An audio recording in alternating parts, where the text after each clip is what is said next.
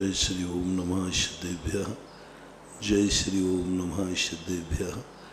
सर्वमंगलमांगल्यं सर्वकल्याणकारकं प्रधानं सर्वधर्माणां जैनं जयतु शासनं।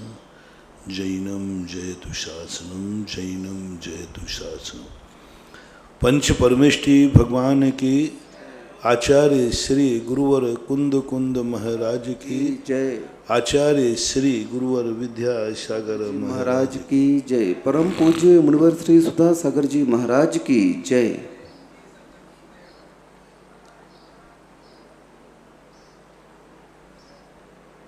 जब व्यक्ति के जीवन में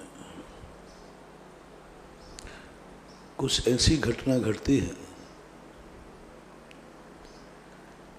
कि वह चारों तरफ से अपने आप को असहाय पा लेता है, उस समय किसी का सहारा ढूंढता है। तो अपना प्रसंग चल रहा है कि हम उसका सहारा खोजें जो किसी के सहारे ना हो। फर्स्ट एंड फर्स्ट, जिसे हमने कर्ता स्वतंत्र कहा, उसकी विचारधारा बनाने के लिए हमें कर्ता स्वतंत्रता की जानने वाली विधि को जानने के लिए हमें वास्तु स्वतंत्र जानना पड़ेगा, वस्तु की स्वतंत्रता जानना पड़ेगी। और जब हम वस्तु की स्वतंत्रता जानेंगे तब कर्ता की स्वतंत्रता पता चलेगी, और कर्ता की स्वतंत्रता जब पता चलेगी तब मुझे अपनी खुद की स्वतंत्रता पता चलेगी। हम उल्टे चल रहे हैं। हम स्वतंत्र हैं कि नहीं? हमारे लिए कोई भी सोचने के लिए पाबंदी तो नहीं है, हमारे लिए कुछ भी बोलने की कोई पाबंदी तो नहीं है। मैं भी कुछ भी कर सकता हूं, इसके संबंध में सोच चल रहा है। कहाँ शुरुआत करना चाहिए? वास्तु की स्वतंत्रता से। भूल ज़्यादा नहीं हुई, भूल इतनी हुई है जो तीसरे नंबर पर था उसको पहले नंबर पर कर दिया। ज़्यादा कुछ नहीं है। धर्म अधर्म में कोई ज़्यादा अंतर नहीं होता। जब कोई व्यक्ति किसी को यूं हाथ दिखाता है तो धर्म है, और जब किसी को कोई यूं हाथ दिखाता है तो अधर्म है। ज़्यादा अंतर है ही नहीं। संसार और मोक्ष में ज़्यादा अंतर नहीं, बस अल्टी पल्टी करना है। थोड़े से में ही पाप हो जाए, कुछ नहीं, वहीं के वहीं सब। वहीं पुण्य है, वहीं पाप है। वही वर्गणाएं पुण्य है, वहीं पाप है। सब कुछ एक स्थान में है, और एक ही वस्तु पुण्य और पाप रूप है। एक बार हम जब आचार्य श्री महाराज के साथ में थे तब आचार्य श्री एक कवि सम्मेलन किया करते थे। वो कवि सम्मेलन में मात्र कवि लोग होते थे, संगस्थ साधु। बहुत चलते, कम से कम 5-7 साल चला। साल में 3-4 कवि सम्मेलन होते थे। आचार्य श्री को भी शौक था, हम लोग भी, सब लोग लिखते थे। एक गाडरवाड़ा में के अंदर कवि सम्मेलन की चर्चा है, तो सबके किसी के पास कुछ था नहीं। तो आचार्य ने कहा, कॉपी और डायरी वाला कभी नहीं रहेगा आज। डायरी से देखकर या पुरानी कविता कोई नहीं पढ़ेगा। आज का कवि सम्मेलन में बिल्कुल नई लेटेस्ट कविता हो, और जिसके पास कोई पुरानी डायरी की कविता नहीं हो। अक्सर कर कवियों के पास कविताएं होती है। अब ये तो बड़ी आफत हो गई। अब आचार्य जी के सामने कौन कंपटीशन करे? लेकिन और नाम भी घोषित कर दिए गए, उसमें मेरा नाम भी था। मैंने कहा, आचार्य जी ऐसा कैसे संभव? हम लोग इतने कवि थोड़ी है। बोले, बस आज यही है, जो तुरंत के तुरंत कविता बना के बोलेगा वही कवि सम्मेलन में शामिल होगा। डायरी नहीं होगी, कुछ नहीं होगा। आचार्य सिंह में ऐसे बोले।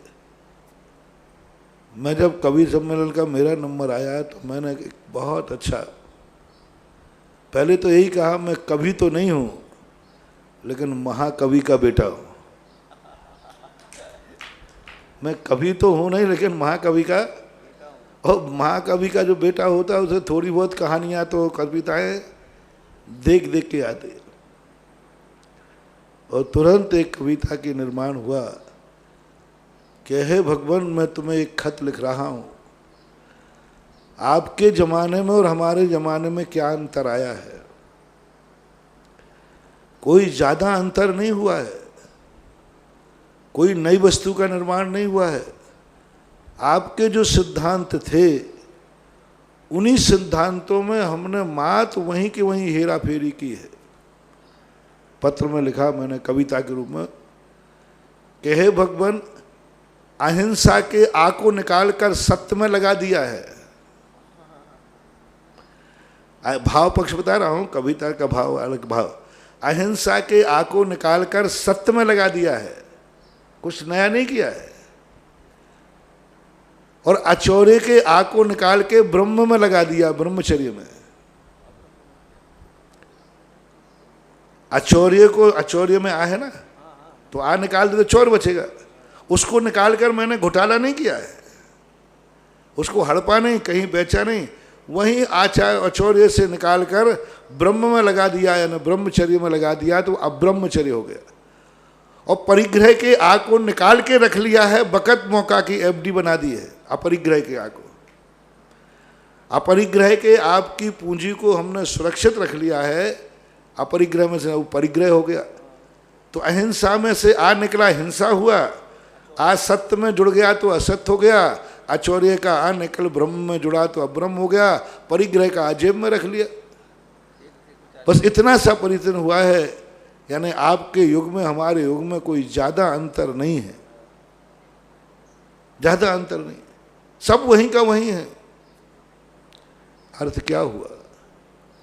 कुछ भी परिवर्तन तो नहीं हुआ। मात एक आ को खिसकाया है, उतने मात से कितना हो गया, एक में से आ निकलना अधर्म हो गया और एक में आ जुड़ना अधर्म हो गया।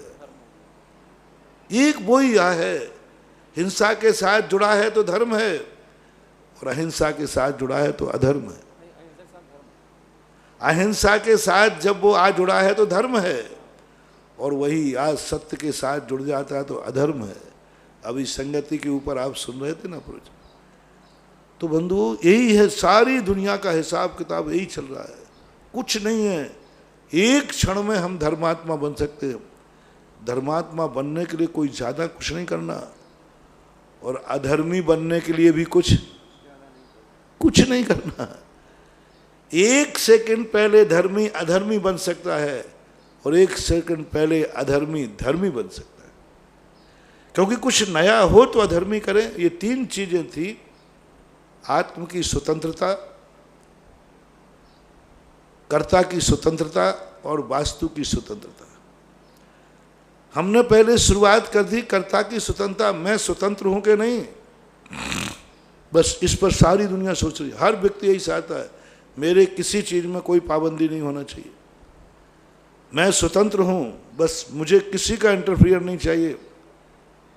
मैं मन जो सोचूंगा सोचूंगा, जो बोलूंगा वो बोलूंगा, जो सुनूंगा वो सुनूंगा, जो खाऊंगा वो खाऊंगा, जो कुछ भी है मैं जो कुछ भी स्वतंत्र हूं। ये चिंतन गलत हो गया, पतन का कारण हो गया।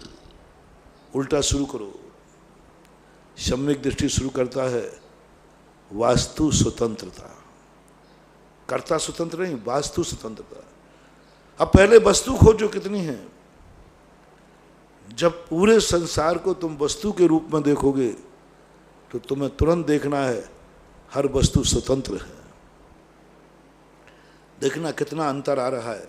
थोड़ा सा चिंतन की धारा बदल दो। वस्तु स्वतंत्र है और वस्तु सबूत है।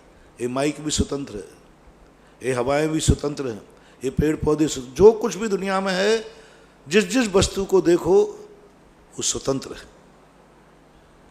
जब वो हर वस्तु स्वतंत्र है, मैं ही स्वतंत्र नहीं, मैं भी एक वस्तु, मैं भी स्वतंत्र हूं, सामने वाला भी स्वतंत्र है, कण कण स्वतंत्र है, पुद्गल भी स्वतंत्र है, धर्म अधर्म अकाल सब स्वतंत्र है। अब जब सब स्वतंत्र की दृष्टि बनाओ, पहली धारणा बनाओ, पहला कोर्स, पहला चिंतन, देशनल अवधि में गुरु कहते हैं, इस दृष्टि को, इस सारी सृष्टि को तुम किस दृष्टि से देखते हो? तुम मालिक बनने चले हो? तुम सार्वभौम शक्तिमान बनने चले हो? तुम आज़ादी पाने चले हो? जी। सुखी बनने चले हो? जी। तो ये सारी दुनिया तुम्हारी दृष्टि में क्या है? सारी दुनिया को दुनिया की दृष्टि में देखो, ये सारी दुनिया भी सुखी बनना चाहती है, सारी दुनिया भी स्वतंत्र होना चाहती है, सारी दुनिया आज़ाद होना चाहती है। अब बोलो मैं क्या करूं? किसको तुम्हारे अधीन करूं? क्योंकि मैं सबका हूं, मैं दोनों का हूं। प्रकृति कहती है हम किसको तुम्हारा दास बनाऊं, क्योंकि जिसको बनाता हूं वो भी कह रहा है भगवान मुझे किसी का दास नहीं बनना पड़े। कई बार बड़ी मुसीबत हो जाती है, और ये मुसीबत में व्यक्ति पड़ रहा है, दुनिया को डाल रहा है कि मैं स्वतंत्र हूं, सारी दुनिया मेरी गुलाम हो। कई बार बड़ी दुविधाएं हैं प्रकृति के पास। एक पिता की 2 बेटियां थी, एक कुमार के यहाँ थी, एक माली के यहाँ। वो दोनों से मिलने गया तो पहले कुमार के यहाँ गया तो वो कहता पिताजी आपकी बहुत पहुँच है, आपको महाराज जी के पास भी पहुँच है, भगवान के पास भी पहुँच है।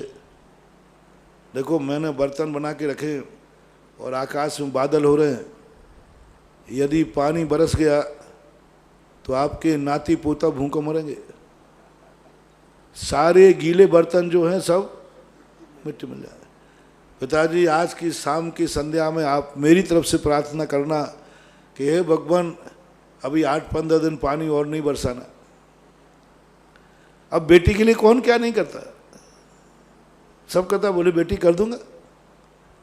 उसी गांव में दूसरी बेटी थी माली के, उसके यहाँ गया, बोले पिताजी आप तो बहुत भक्त हैं, आपको तो सब कुछ आता जाता है, आपकी तो भगवान भी सुनते हैं। क्या बात बेटा? बोले भगवान देखो गुरु पिताजी ये जगबगिया है ना, यदि 2-4 दिन में पानी नहीं बरसा तो सब सूख जाएगी, बाल बच्चे नाती पोते भूखे मर जाएंगे। बस अब तो यही बताओ कल से झड़ी लग जाए। अब बाप क्या करे? एक बेटी कह रहा है ये पानी नहीं बरसना चाहिए, बाल बच्चे भूखे मरेंगे। अब किसके जिलाए और किसके मारे, किसकी प्रार्थना करे? ऐसे संकट जीवन में ना जाने कितने बार आते हैं, इधर कुआ इधर खाई। अब वो तो कुछ भी नहीं कर सकता।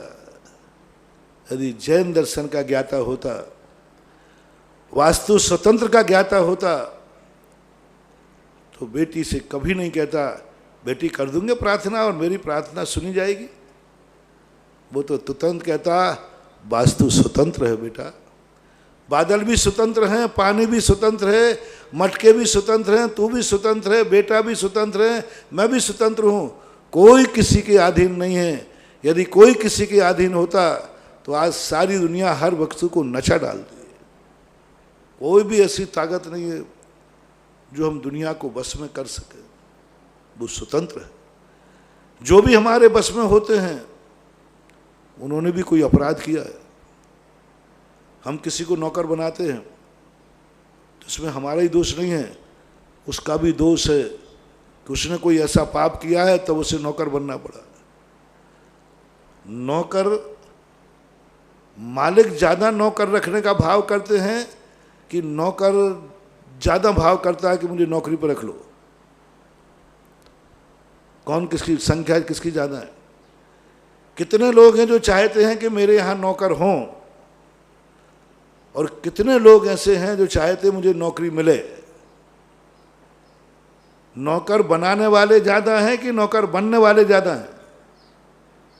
बोलो, बनाने वाले ज़्यादा हैं दुनिया में कि बनने वाले?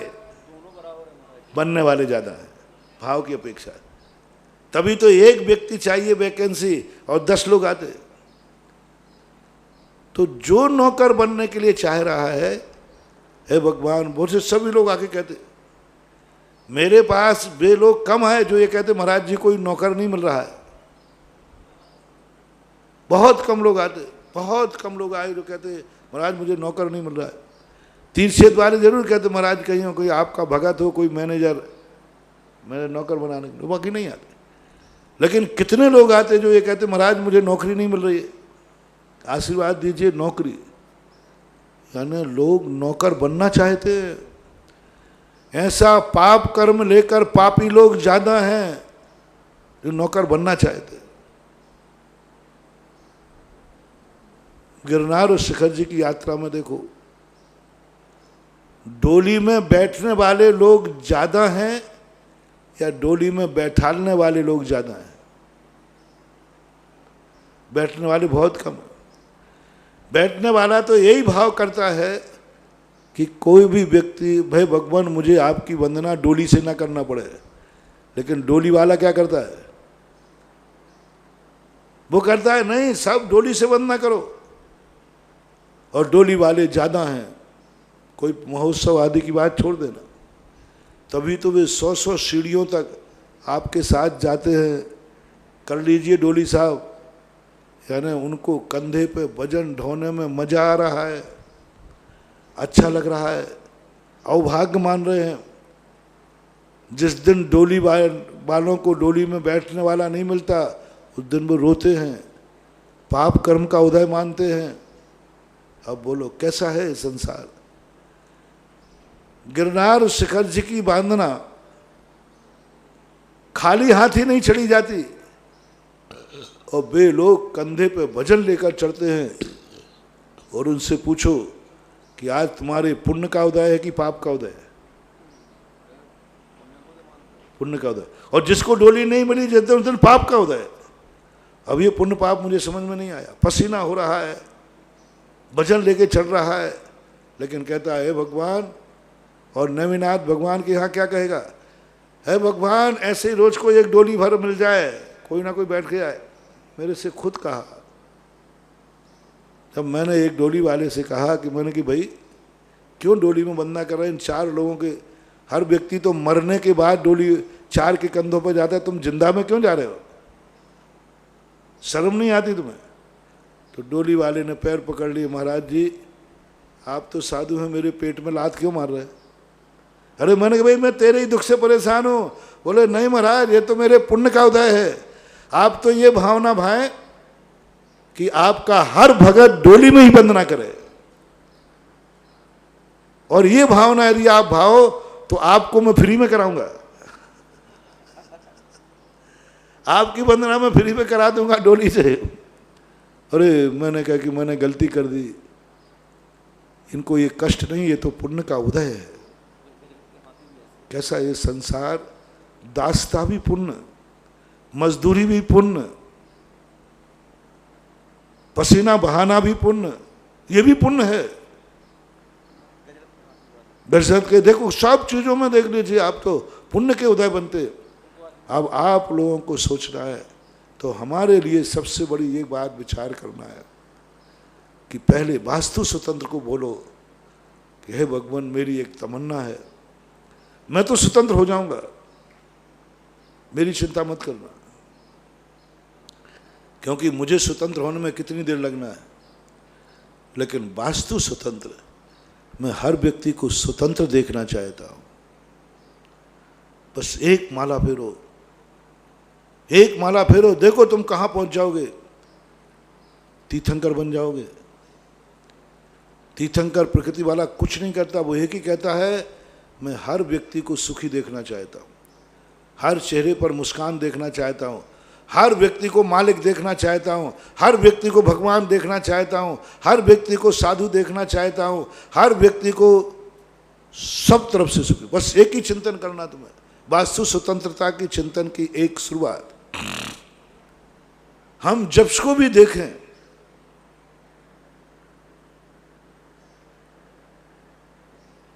इस इंद्रियों की सार्थकता सुनना। इन आंखों से क्या दिखता है? जो दिखता हो। तुम खुद नहीं दिखते, तुम्हारा चेहरा नहीं दिखता, दुनिया दिखती है। तो इन आंखों से कहो जब भी मैं आंख खोलूं इन आंखों में सदा हमें मुस्कुराता हुआ चेहरा दिखे। सुखी आदमी दिखे, किसी आंख में आंसू नहीं दिखे, हर व्यक्ति स्वतंत्र दिखे, हर व्यक्ति मालिक दिखे, कोई किसी का दास नहीं है। कैसी आंख चाहते हो? आंख का चमत्कार, आंख का अतिशय, पांचों इंद्रियों के वरदान मांगो भगवान से। क्या चाहते हो तुम इसमें? तुम्हारी आंखें कैसी हो? मेरी आंख जब भी खुले तब हर व्यक्ति हमें सुखी दिखे, मालिक दिखे, और ऐसा में दिखे कि संपूर्ण, कुछ भी नहीं, किसी के यहां कोई कमी नहीं है। उस दिन मैं समझूंगा मैंने नेत्र इंद्री पर विजय प्राप्त कर ली, नेत्र इंद्री चमत्कृत हो गई। हाँ, ऐसे मुनिराजों को एक रिद्धि होती है, दृष्टि निर्विष रिद्धि। जहां भी देख लेते हैं सुविक्ष ही सुविक्ष, जहां भी देखते हैं मौत भी नहीं, कुछ नहीं, जहर उतर जाता। जहां जहां दृष्टि पाड़ लें, देख लें, सुविक्ष ही सुविक्ष हो जाए, कहीं अकाल नहीं, कोई दुखी रह नहीं सकता। आंख को उन्होंने सिद्ध कर लिया। उन्होंने कैसे भाव किया होगा? यही वास्तु स्वतंत्र का चिंतन किया होगा। हे भगवान, कुछ नहीं चाहिए, मेरी आंख, बस मेरी आंख हर व्यक्ति को सुखी देखना चाहती है। किसी को दुख हमारी आंख को पसंद नहीं है। यदि दुनिया में कोई दुख हो तो उसके पहले मेरी आंख बंद हो जाए, बस मैं देखना पसंद नहीं करता दुनिया के लिए। उस समय तुम्हें दृष्टि में रिद्धि प्राप्त हो जाएगी, और ये दृष्टि तुम्हें तीर्थंकर प्रकृति का बंद करा देगी। बस एक ही तमन्ना है मेरी, वास्तु स्वतंत्र का चिंतन करो। कभी भी कोई भी आवाज मेरे कानों में दुखी की आवाज ना पड़े। क्या चाहते हो तुम? यदि कभी तो तुमसे वरदान मांगे तो कहे कि मांग लो, क्या मांगते हो? कभी तुम्हारी भक्ति सफल हो जाए, कभी कोई देवता सिद्ध हो जाए, तो तुमसे कहे मांग लो, क्या मांगना है? तो मैं अपने भक्तों से कहना चाहूँगा, एक ही बात कहना कि हे भगवान, मेरे इन कानों में कभी कोई दुख की आवाज़ नहीं पड़े, हमेशा मेरे कान सुख की आवाज़ सुने, दुखी की आवाज़ कभी नहीं सुने।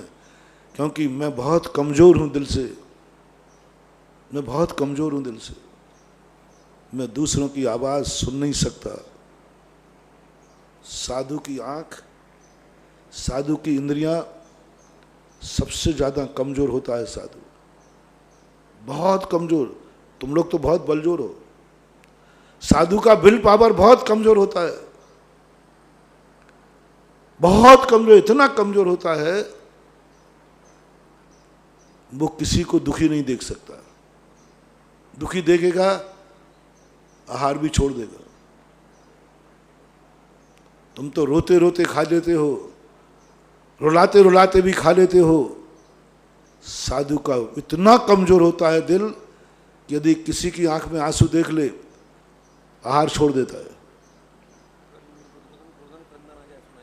थोड़ी सी आवाज, थोड़ा सा देख ले आदमी के रो रहा है, बच्चा भी रो रहा है, और साधु को आंसू दिख जाए, अन्न छोड़ देता है, घबरा जाता है, उसके गले में अन्न नहीं जाता। अब बोलो साधु कितना कमज़ोर है, कितना कमज़ोर है साधु का।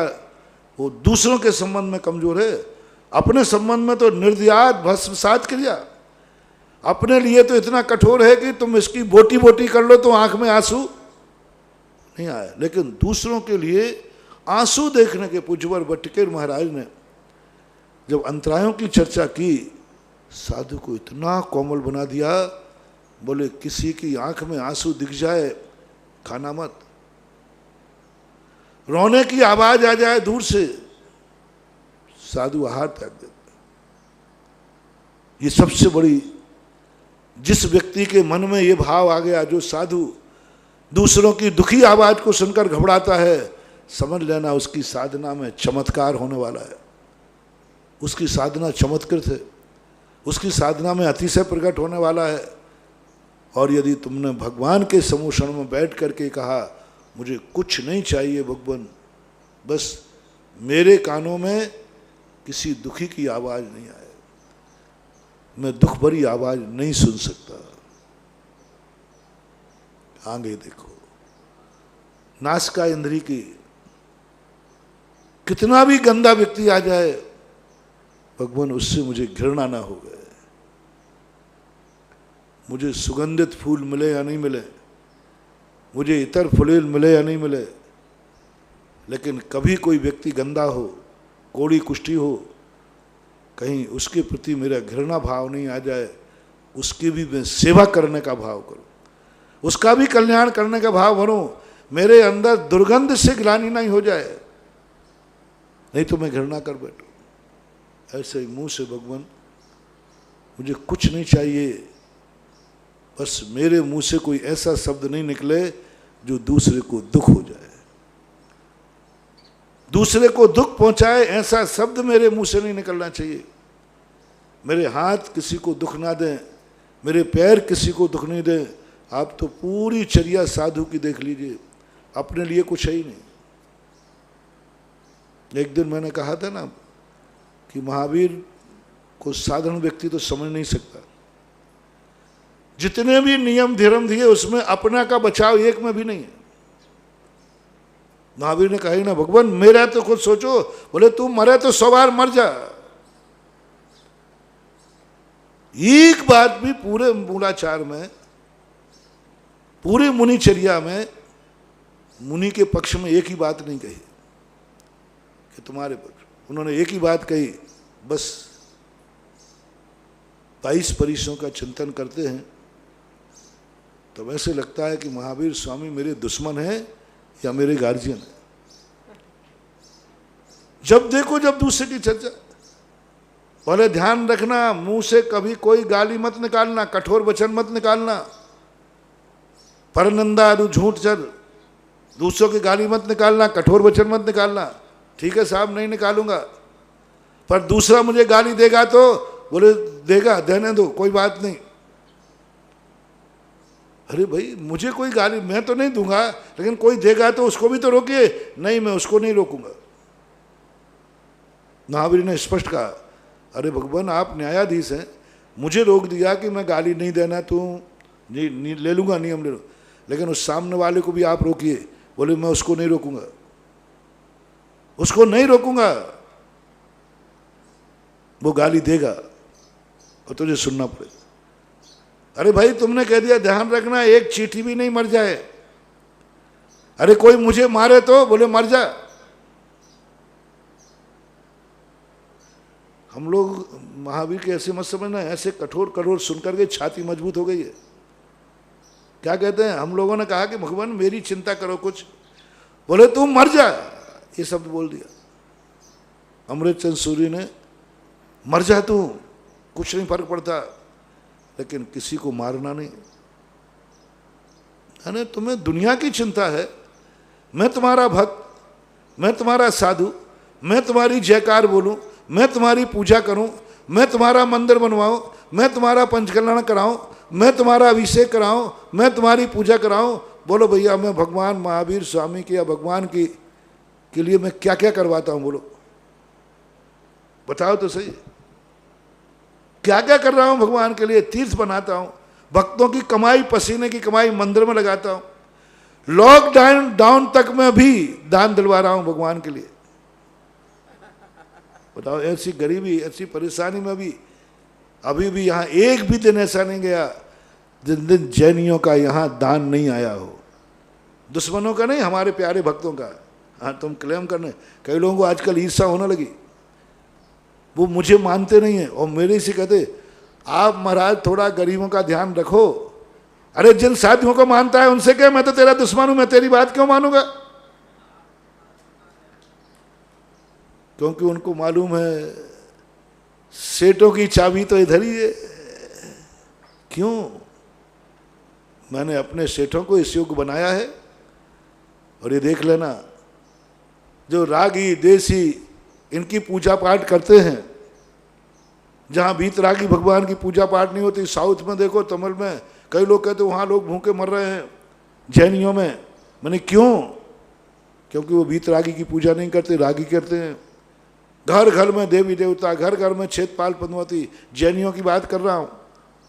और जैनी देव वहां भगवान को नहीं मानेंगे, देवियों को मानेंगे।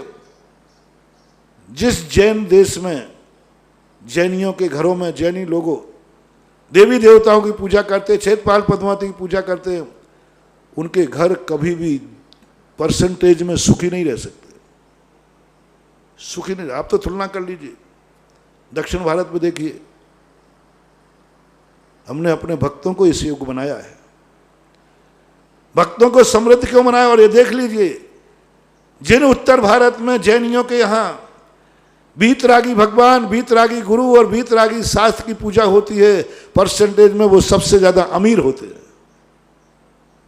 धनवान होते हैं, लक्ष्मी होती है, दान भी देते हैं और लक्ष्मी भी होती है, क्योंकि ये बीतरागी की पूजा करते हैं।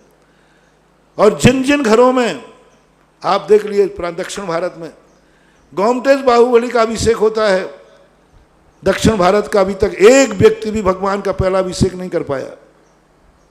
क्यों? वहां है ही नहीं, क्योंकि वो रागी देशी देवताओं की पूजा करते। आज तक किसी रागी देशी की पूजा करने से कभी पुण्य का बंद नहीं होगा। कुंद कुंद भगवान कहते हैं, किसकी पूजा कर रहे हो, किसकी आराधना कर रहे हो? देवी देवताओं के। देवी देवता हैं कि आपके जैसे गृहस्थ साधर्मी है।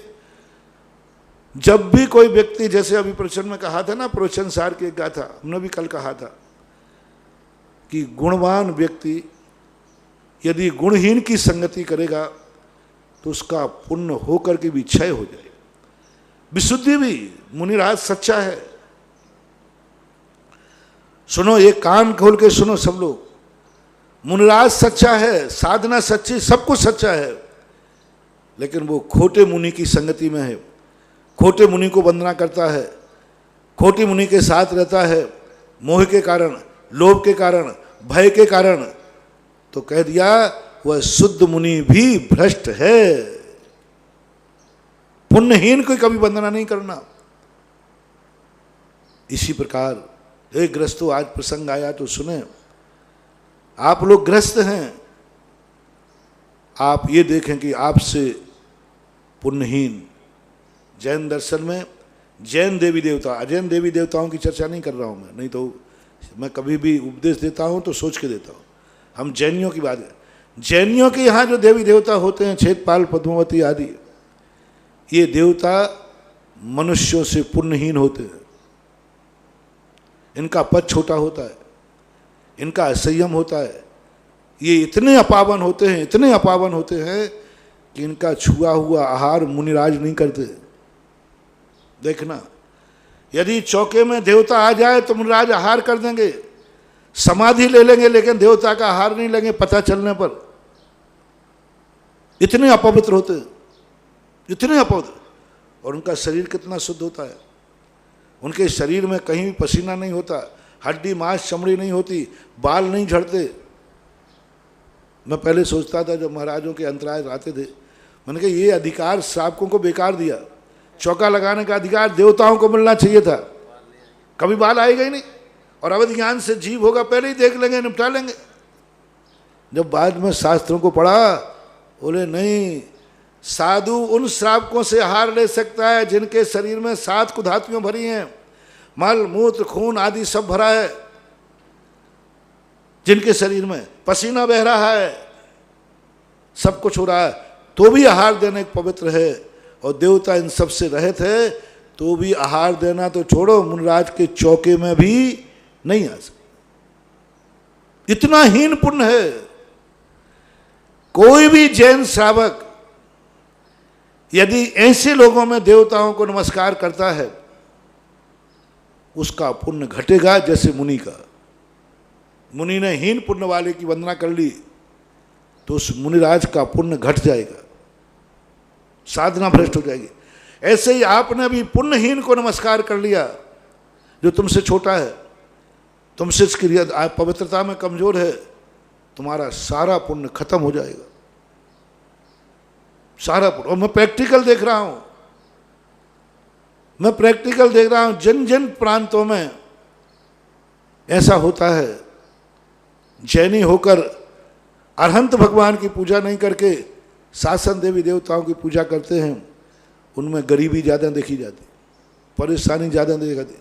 अभी किसी ने कहा महाराज दक्षिण भारत में तमिल में 4000 लोग जैनी गरीब हैं। मैंने कि पता करो वे किसकी पूजा करते हैं। मेरा थर्मामीटर ही अलग होता है। किसकी पूजा करते हैं? जिनेंद्र भगवान की? बोले नहीं। मैंने कि उनकी जिम्मेवारी मेरी नहीं है। हम कितना भी उनको दे देंगे वो सब भस्म हो जाएगा। जो जैनी रागी देसी देवताओं की पूजा करता है उसको आप पूरा चक्रवर्ती का कटक भी दे दें, कितना भी दे दें सोना, वो सब कुछ भस्म हो जाएगा। 9 खाएं 13 की भूख बनी रहेगी। अभी दे दोगे, कल अगली साल फिर वो भूखे के भूखे हो जाएंगे। चंदन का वन भी लिख दोगे तो भी वो कोयला के वहां जला करके बेच देंगे। मैं आजकल सोच करके करता हूं। मेरा सिद्धांत है और मेरा चमत्कार है, मेरे धर्म का चमत्कार, मेरे मंत्र का चमत्कार, मेरे गुरु का चमत्कार कि हम किसी व्यक्ति की सहायता एक बार करते हैं, बस उसके बाद वो खुद इतना समर्थ हो जाता है कि वो दूसरे की सहायता करता है। अभी तक तो रिकॉर्ड ही है। हमने द्वारा किसी की सहायता नहीं की। पढ़ने वाले विद्यार्थियों जिनके भी की, एक बार की है। और एक बार जिसकी सहायता, कभी कोई परेशानी लोग आते हैं, गरीब लोग भी आते हैं, एक बार कर देता हूं और कह भी देता हूं कि दूसरी बार आना मत। यदि आ गए तो मेरा अतिशय खत्म हो जाएगा और मैं दूसरी बार सहायता नहीं करूंगा। मैं ऐसे गुस्से में बोल तो देता हूं, फिर भी दया तो करते हूं। द्वारा पूछवाता हूं उससे कि भाई क्या है? बोले महाराज जी अब मैं इतना समर्थ हो गया हूं कि कोई गरीब आए तो मेरे पास भेज देना। वो है, ये है आशीर्वाद, ये है सही भक्तों के प्रति। एक बार सहायता दी, आपातकाल में आए तो एक बार सहायता करो। यदि वो द्वारा आ रहा है, इसका अर्थ है उस सहायता के लायक नहीं है, वो बहुत पुण्यहीन है। अभी तक तो जितने लोग आए बस एक बार सहायता ली है मजबूरी में, द्वारा भी लौटाने आए। एक गरीब बालक था, हम नारेली में थे, किशनगढ़ का एक बच्चा था, बहुत परेशान था। वो मेरे पास आ गया, महाराज जी मेरे नंबर देखिए इतने अच्छे हैं लेकिन मेरे पिताजी पढ़ा नहीं सकते। उसका पुण्य था उसी समय अशोक पाटनी दर्शन करने आए। तो मैंने देखते कहा, मैंने कि अशोक जी तुम्हारे नगर में ही ऐसा गरीब और दूसरे नगर का होता तो बोले महाराज जी मेरे पास आया क्यों नहीं? तो मैंने क्यों नहीं गए? अरे महाराज जी उनके पास तक कहाँ पहुँच पाऊंगा मैं, आपके थ्रू पहुँच सकता। अशोक जी उसको बाहर ले गए, बोले कुछ नहीं, तू जिंदगी में जितना पढ़ेगा उतना सारा पढ़ाई कर। आज तू गुरु के गोद में मिला है, गुरु की गोद में मिला है, तू मेरे लिए गोद लेता हूं तुझे। पूरी पढ़ाई कर ली। पढ़ने के बाद जब नौकरी लगी, अब देखना वो मेरे पास आया, बोले महाराज जी पाटनी ने जो भी मेरा सहयोग किया था मैं ब्याज के लौटाना चाहता हूं। मैं ब्याज के 10 साल बाद आ रहा है, मैं ब्याज के लौटाऊंगा और मैं लौटाऊंगा आज। मैंने क्यों बेटा इतना समृद्ध हो गया क्या? बोले जी। मैंने कि वहां लौटाने पहुंच मत देना, वो भी मेरे भक्त है। उसके यहाँ नियम है कि जो दिया उसको आज तक वापस नहीं देता, वो ऋण नहीं देता गरीब को। जो दे दिया वो दे दिया, वहां पहुंच मत जाना। तो फिर आज महाराज जी मेरा एक कर्जा कैसे चुकेगा? तो मैंने कही बस ऐसा करो, जैसे तुम्हारी गरीबी में तुम्हारी सहायता की है ऐसा ही तुम अपनी जिंदगी में तुम्हारे जैसे गरीबों की 2 की सहायता करना। उसने नियम ले लिया, एक तो मूल में और एक ब्याज में, 2 की सहायता करना, और उसने मान लिया, चला गया। तो ऐसे पे हमें गर्व आता है। मैं उन्हीं को शरण देना चाहता हूं जो कल दूसरों को शरण देने लायक हो जाए। मैं उनको सहारा देना चाहता हूं, कल वो दूसरों को सहारा देने लग जाए। जब मैं ना रहूं, जिसको मैंने सहारा दिया था वो दूसरे को सहारा दे, दूसरे के लिए दुख दूर करे।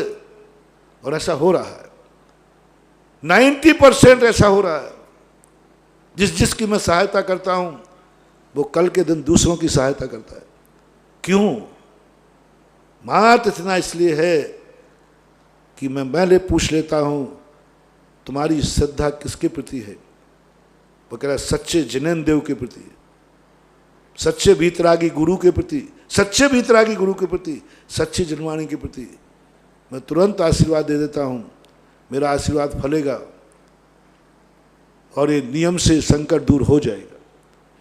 लेकिन जो हम देख लेते हैं कि जैन कुल में जन्म लेकर के भी जिनेन्द्र भगवान से ज़्यादा उनको मानते हैं, छेदपाल पद्मावती आदि को, जिनेन्द्र देव से ज़्यादा मानते हैं उन देवताओं को जो स्वर्गीय देवता हैं, उनकी आराधना करते हैं।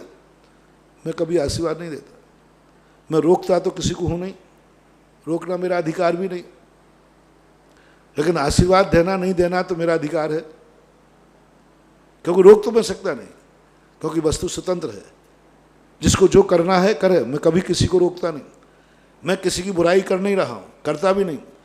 तो मैं जिसकी पूजा करना है उसकी करो, मैं कभी बुराई नहीं करूँगा। गधा पूजो, शेर पूजो, जो पूजना पूजो, लेकिन मेरा आशीर्वाद तो मेरे पास है ना। तो मैं अपनी नियत बता रहा हूँ, फिर मैं आशीर्वाद नहीं देता, क्योंकि मेरा आशीर्वाद फेल होगा। कितना भी सहायता कर दूंगा फिर ये भूखा का भूखा रहेगा, क्योंकि इससे पुण्य कभी बढ़ना ही नहीं, ये बीज भी खा जाएगा, ब्याज भी खा जाएगा। इसलिए सबसे ज़्यादा सांसारिक जो विपदाएं आती हैं, जिनके आराध्य कैसे है, तुम्हारे लिए नहीं देख रहा हूँ, तुम्हारे लिए कुछ नहीं कह रहा हूँ, देखो कहाँ थर्मामीटर लगा रहा हूँ, तुम्हारा आराध्य कैसा है, तुम्हारा भविष्य क्या है। हे भगवान, मेरे अच्छे दिन कभी आएंगे कि नहीं आएंगे, तो तुरंत तुम्हारा आराध्य कैसा है, तुम्हारा ये माथा कहाँ झुकता है, तुम्हारा देवता कैसा है, तुम्हारा गुरु कैसा है, तुम्हारा मंत्र कैसा है, बस ये देखा करो। यदि उसका आराध्य खोटा है, उसका भगवान गुरु खोटा है, बिल्कुल भी डंके की चोट पे कह देना, ये जिंदगी में कभी सुखी नहीं हो सकता। और आज दक्षिण भारत में जो गरीबी है, मेरा दावा है, जिस दिन दक्षिण भारत, जैनियों की बात कर रहा हूं, जिस दिन दक्षिण भारत के जैनी सच्चे वीतरागी को पहचान जाएंगे, पूजा करने लग जाएंगे, उसी दिन दक्षिण भारत उत्तर भारत जैसा अमीर हो जाएगा। आज तक किसी महोत्सव में दक्षिण भारत का दान नहीं आता, लेकिन सबसे ज्यादा दान गोमटेज बाहुबली में उत्तर भारत का जाता है। आजकल कभी दक्षिण भारत ने उत्तर भारत को कोई सहयोग नहीं मांगा और ना किया है ही नहीं, वो दे क्या पाएंगे। लेकिन जब भी संकट आता है, उत्तर भारत दक्षिण भारत का सहायता करता है, क्योंकि समर्थ है, समृद्धि है। क्या कारण है? प्रकृति पक्षपाती है क्या? दक्षिण के जैनियों को गरीब बनाए और दक्षिण के उत्तर के जैनियों को अमीर बनाए? बंधु, नहीं नहीं, मात आराध्य में अंतर है। जिसका भगवान जितना वीतरागी होगा, निर्दोष होगा, उसकी पूजा पाठ करने में, उसका अभिषेक करने में, उसकी परीक्षा दान देने में, उसके मंदिर बनाने में, उसके पूजा में अर्घ चढ़ाने में आपका पुण्य दिन दूना रात चौगुना बढ़ता है। पुजवर कुंद भगवान ने स्पष्ट लिखा, दान बीज भली छोका हो, लेकिन खेत खोटा है तो बीज चोखा है, लेकिन खेत खोटा है। खेत कौन है? देवता, भगवान। खेत खा जाएगा। आपका देवता कैसा है? सबसे बड़ा आप कैसे हैं मैं नहीं पूछ रहा हूं, आज के प्रवचन में आपको नहीं पूछ रहा हूं, आपका देवता कैसा है।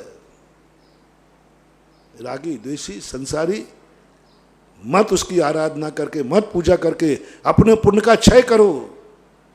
ऐसा क्षय हो जाएगा कुछ नहीं। और दक्षिण भारत से मैं कहना चाहता हूं, दक्षिण भारत में भी हजारों घरों को मैंने अमीर बनाया है। मेरे संस्थान के बच्चे जब आते थे शुरू में, क्या दुर्दशा सुनाते थे, वहाँ ऐसा ऐसा है। मैंने कहा उनके आराध्य बदल दो, बस आराध्य बदल दो उनके। वे रागी देशियों की आराधना करते हैं, बीत रागी जिनेन्द्र देव की आराधना शुरू करा दो। उनको अभिषेक करना नहीं मिलता भगवान का, भगवान के अभिषेक नहीं कर सकते, उनको अभिषेक करा दो। वीतरागी, और नियम दिला दो कि हम सच्चे देव सात गुरु के अलावा किसी को आराध्य नहीं मानेंगे, उन्हीं की पूजा होगी, उन्हीं का अभिषेक होगा, और ऐसे ही मंदिरों में और वीतरागी भगवान के निमित्त से हम दान देंगे। करो 1 साल के लिए, 1 साल का लोगों ने नियम लिया। 90% लोग 1 साल के बाद आए, बोले महाराज हमारी बहुत अच्छी हालत हो रही है, बहुत अच्छी। मैंने कुछ नहीं किया, मैंने तुम्हारा खेत बदलवा दिया बस। अभी तक तुम आराधना कर रहे थे खोटे की, अब आराधना कर रहे चोखे की। इस तरफ तो जाते नहीं हो, और बाद में कहते हो कि महाराज इसको दान को इधर मोड़ो। क्यों मोड़े आप? जब आप ना तो मेरे भक्त हैं, आपकी बात क्यों मानूं? मैं तो उनकी बात मानता हूं जो भगवान के, सच्चे भगवान के भक्त हैं, और जो सच्चे भगवान की भक्ति से खुश होते हैं, उनके लिए मैं जिंदगी भर की साधना लुटा देता हूं। खोटों को मेरा दान नहीं है, खोटे लोगों को मेरे भक्तों का दान मत दिलवाओ। खोटे खेत में मेरे भक्तों का दान नहीं फेंकने दूंगा। मैं तो सदा कहता हूं कि दान कभी भी देना, चोखे को देना, खोटे को मत देना। चाहे भली फेंकना पड़े तो फेंक देना, कुपात्र को नहीं देना, खोटे को नहीं देना।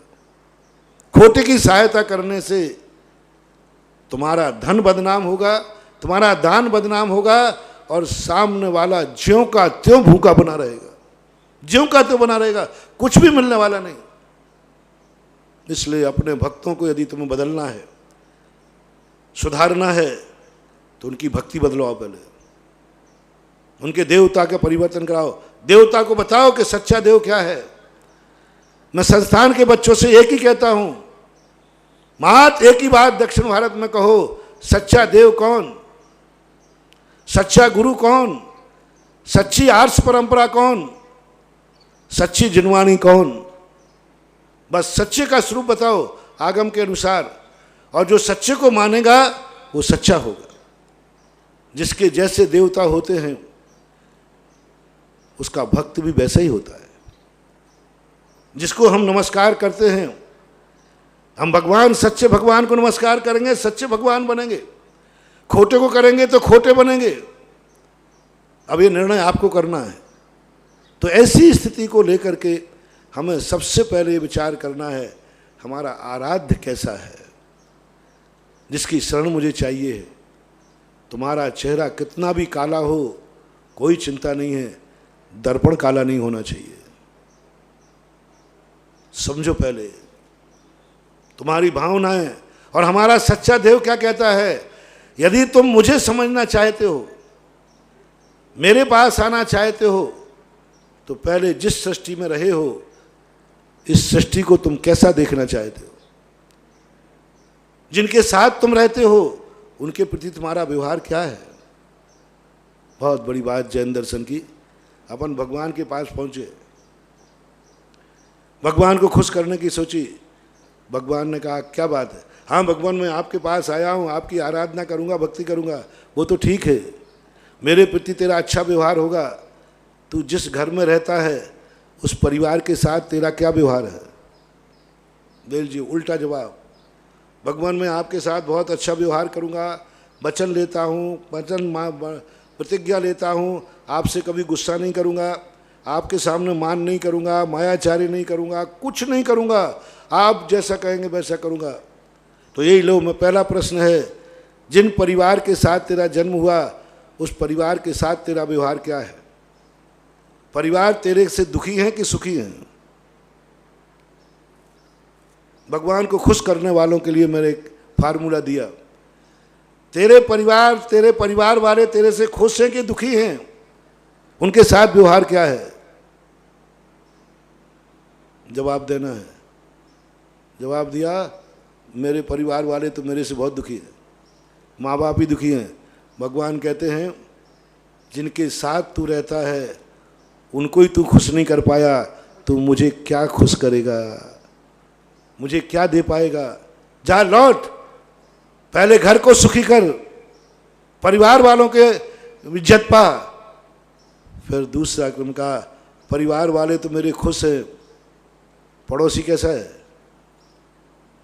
मोहल्ला कैसा है, गांव कैसा है, देश कैसा है, दुनिया की दृष्टि में तू कैसा है, और तेरी दृष्टि में दुनिया कैसी है।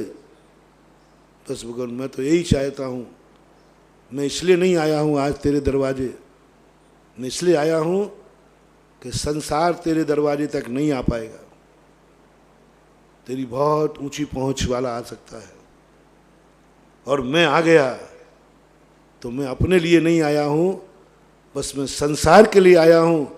इस संसार को मैं सुखी देखना चाहता हूँ, स्वतंत्र देखना चाहता हूँ। कोई किसी की नौकरी नहीं करे, कोई किसी का दास नहीं बने, कोई किसी के सामने हाथ ना फैलाए, कोई किसी के अधीन नहीं रहे, कोई किसी के ऊपर दया का पात्र नहीं बने। हर व्यक्ति अपने आप में स्वतंत्र हो जाए, वास्तु स्वतंत्र। जैसे ही तुम ये गणना करोगे, जैसे ये करोगे, कण कण ये पुद्गल भी स्वतंत्र हो जाए, उसी समय भगवान की आंखें खुलेंगी। ओहो, मैं ज्ञान से सर्वज्ञ हूं, ये भावना से सर्वज्ञ है। मैं ज्ञान से सर्वज्ञ हूं, मैं भावना से सर्वज्ञ था, आज ज्ञान से सर्वज्ञ बन गया।